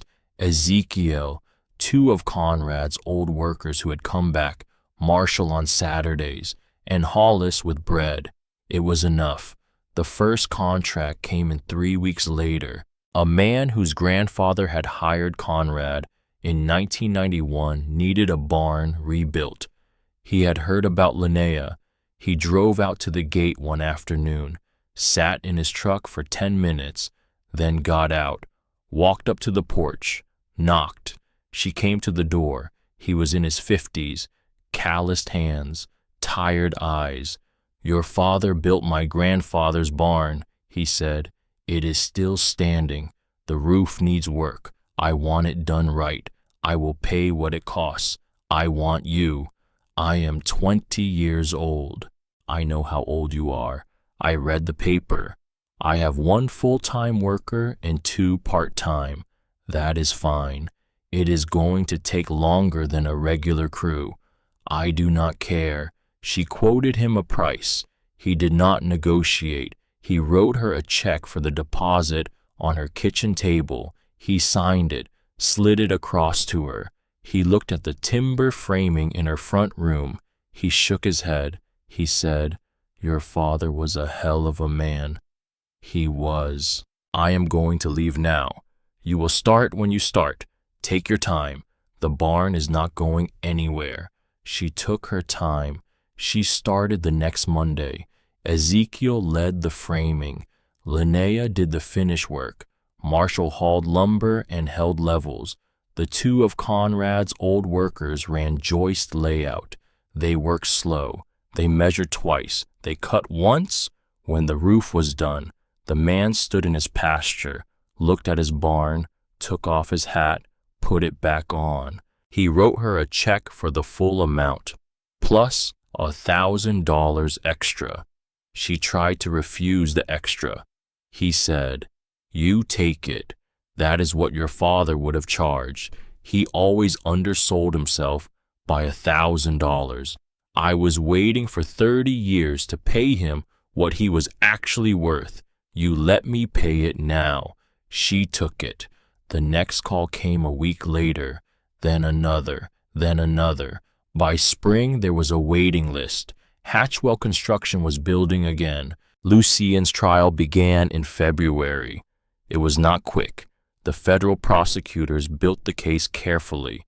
They cross-referenced every photograph in Conrad's folder against the contracts on file. They subpoenaed the original concrete supplier. They subpoenaed the rebar vendor. They subpoenaed the inspection records.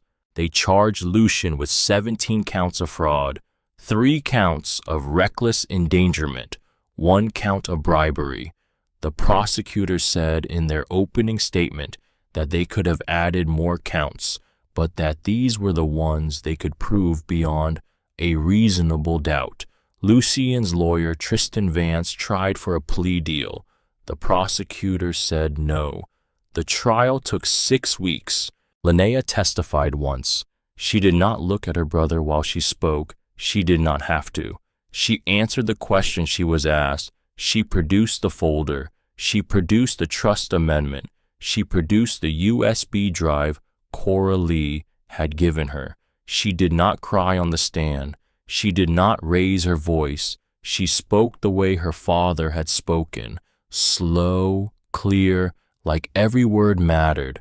The jury was out for 9 hours. They came back with a guilty verdict on every count. The sentencing was in April. The judge gave Lucian 6 years in federal prison, $1.8 million in restitution, permanent revocation of his contractor's license. Lucian did not look at Linnea when the sentence was read. He looked at the floor. His wife had already filed for divorce. His friends had stopped returning calls. His blue car had been sold. His house was on the market. He was walked out of the courtroom in handcuffs. He turned his head once before he reached the door. He looked at his sister. She did not know what was in his eyes. She did not know if there was apology in it, or anger, or just exhaustion. She nodded once. He looked away. He was gone. Outside the courthouse, reporters surged toward Linnea. She did not stop. She walked past them with Marshall on one side and Coralie on the other. They got into the truck. They drove home. She did not cry on the drive. She did not cry that night. She did not cry the next day. But on Sunday morning, alone in the workshop, sharpening a chisel at the bench, she set the chisel down and she put her head down on her arms and she cried for an hour, the way she had not cried at the funeral, the way she had not cried in the lawyer's office, the way she had not cried at any of it. She cried for her brother, the brother she had once had, who had taught her to ride a bike when she was 6. She did not cry for the man he had become. She cried for the boy he had been before that. The new school wing broke ground in February. A different contractor, vetted by the state, proper concrete, proper rebar, independent inspections at every stage, posted publicly on the county website. The wing took 18 months to build. The ribbon cutting was on a Saturday in August. The next August, 18 months almost to the day from Conrad's funeral, Linnea was invited. She did not want to go. Marshall said she had to. Hollis said she had to. Coralie said she had to. And Marigold was going to be there. She was wearing the new dress Coralie had bought her. So Linnea went. She wore a simple navy dress. Hollis lent her a sweater because the morning was cool. She drove with Hollis. Marshall met them there. Coralie and Marigold came together. There were maybe 400 people in the parking lot. Folding chairs set up in rows. A small stage. A blue ribbon stretched across the entrance to the new wing. The mayor spoke first, then the superintendent, then the structural engineer who had supervised the rebuild. Each of them mentioned Linnea's name. Each of them said the words, "Thank you." She did not move from her chair. She sat in the third row with Hollis on one side and Marshall on the other. Marigold sat on Coralie's lap in the row in front of them. The little girl turned around every 2 minutes to wave at Linnea. Linnea waved back every time. Then the superintendent called Linnea up to cut the ribbon. She had not been told she would be cutting it. She froze. Marshall said, "Go on," Hollis said. "Go on, child." She got up. She walked up the steps to the stage. The superintendent handed her a pair of oversized scissors, the kind made for ribbon cuttings, comically large. She held them in both hands. She looked out at the crowd. She did not give a speech. She had not prepared one. She would not have given one if she had. She looked at the audience. She found a woman in the third row, a woman she did not know, holding a little boy on her hip. The little boy looked about 6. He had a backpack on already, like he was ready to go in the new wing right then. Linnea looked at the boy. The boy waved at her. She waved back. She turned. She lifted the scissors. She cut the ribbon. The crowd stood up. They clapped. They did not stop clapping for a long time. A woman came up to her afterward, older than Linnea, maybe Coralie's age. She was holding a little girl. The girl had red hair. The woman did not say anything at first. She just put her arms around Linnea. She held her for a long time. Then she stepped back. She wiped her eyes with the back of her hand. She said, "Thank you for doing what none of us knew needed to be done." Linnea did not know how to respond. She nodded. The woman walked away. Marigold came running up, grabbed Linnea's hand, pulled her toward the playground. She let Marigold pull her. She let herself be pulled. The summer came in fully. The garden filled out. The rows of tomatoes climbed their stakes. The pepper plants flowered. The trees along the property line leafed out in deep green. The cedar siding on the house had weathered to a soft gray that made the building look like it had been standing for generations. Linnea woke before dawn most mornings. She made coffee in the kitchen her father had framed. In her grandfather's tools she had finished. She carried her mug out to the workshop. While the sky turned from black to gray to pale blue, she had a list of jobs, 3 on the calendar for the rest of the summer, 2 more for the fall. She kept the list in her father's handwriting, or rather, in handwriting she had taught herself to imitate. Block letters, pencil, the same way Conrad had kept his. On a Tuesday in late July, Hollis came over for breakfast. She had her son with her. His name was Wade. He was 54. He was a tall, thin man with his mother's eyes. He had driven down from upstate the week before.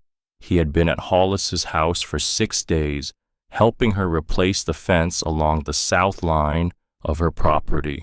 Hollis introduced him. Wade shook Linnea's hand. He looked at the house. He looked at the framing inside. He looked at the porch. She had finished by hand. He said, "My mother told me about you. Everything she told me was true." "What did she tell you?" "That you saved her son. Without knowing him, without ever meeting him, you saved her son." "I did not." "You did." "I just turned in my brother." "You did the thing that allowed me to turn around." You go through your whole life thinking, maybe one day, and then one day comes, and you have to decide whether you actually want it or whether it was just an idea. I read the news. I decided I actually wanted it. So I came. Hollis was watching her son.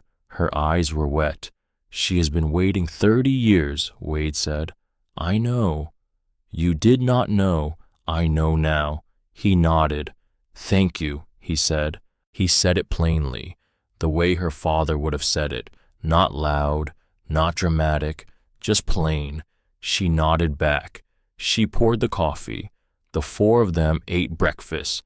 Hollis, Wade, Linnea, and Coralie, who had come over because Marigold had a swimming lesson on Wednesday, and Coralie was dropping Marigold off at her grandmother's for the morning and stopping at the property afterward to deliver bread. They sat at the kitchen table. The light came through the windows.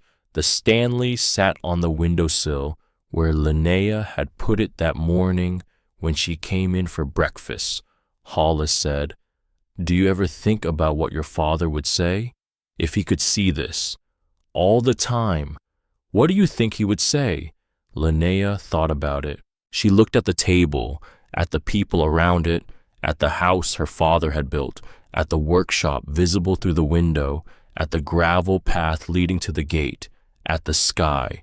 She said, I think he would say, I told you so. Hollis laughed, Coralie laughed, Wade laughed quietly, the way his mother laughed. Linnea smiled. It was a small smile, but it was a real one, the first real one in a long time. She finished her coffee. She stood up. She tucked the Stanley into the back pocket of her jeans. She walked out of the kitchen and into the workshop. The early August light was coming through the workshop windows, hitting the sawdust on the workbench, turning it gold. Her grandfather's tools hung on the wall, each one in its place, each one cleaned and sharp and ready. Aldwin's hand plane sat on the shelf beside a photograph Linnea had found in the journal. Her grandfather as a young man, standing in front of a house he had built in the old country, squinting into the sun. She opened Conrad's journal to the last page. She had read the last page so many times by now that the paper was soft at the edges where her thumb had pressed. She read it one more time anyway. A house is not wood and nails, Linnea. A house is a promise. Build good ones. She closed the journal. She set it on the shelf beside Aldwin's photograph. Outside, a truck turned onto the gravel road. She heard the tires on loose stone, the engine slowing as it approached the gate. Ezekiel, then a second car behind him. Marshall, then a third. Coralie was already inside, so that was new, probably the framer they had hired for the new job starting Monday. She picked up a hand plane from the wall, the one Aldwin had stamped with his initials. She ran her thumb along the blade, sharp, true. She set it down. She walked to the workshop door. She stood there for a moment. The light came in around her, the smell of cedar and sawdust and coffee and Hollis's bread filled the air. Outside the door, voices were starting up, boots on gravel, a truck door slamming, someone laughing. Marigold's voice somewhere too. She had come back early. Linnea pulled the Stanley out of her back pocket, looked at it for a second, the yellow case worn smooth. She put it back. She tucked a pencil behind her ear. She walked out of the workshop and into the morning light. Her father had not been wrong. A house was a promise. She was going to spend the rest of her life keeping it.